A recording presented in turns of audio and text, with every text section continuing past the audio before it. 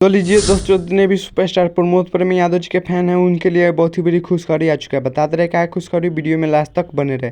तो बता दे रहे कि एक और सुपरस्टार प्रमोद प्रेमी यादव जी का गाना का पोस्टर आ चुका है, जिस सॉन्ग का टाइटल दिया गया है हमारे में कमर धके, जो कि बता दे रहे बहुत ही मस्त और ब्लास्ट जारा सॉन्ग होने वाला है सुपरस्टार प्रमोद प्रेमी यादव जी। तो बता दे रहे कि इस सॉन्ग को गाए हैं सुपरस्टार प्रमोद प्रेमी यादव जी और इस गाना को लिखे हैं रवि यादव और म्यूजिक दिए हैं अभिषेक तिवारी। आप लोग समझ सकते हैं, जब भी रवि यादव गाना लिख कर देते हैं सुपरस्टार प्रमोद प्रेमी यादव जी के लिए तो बहुत ही मस्त और ब्लास्ट लिख कर देते हैं।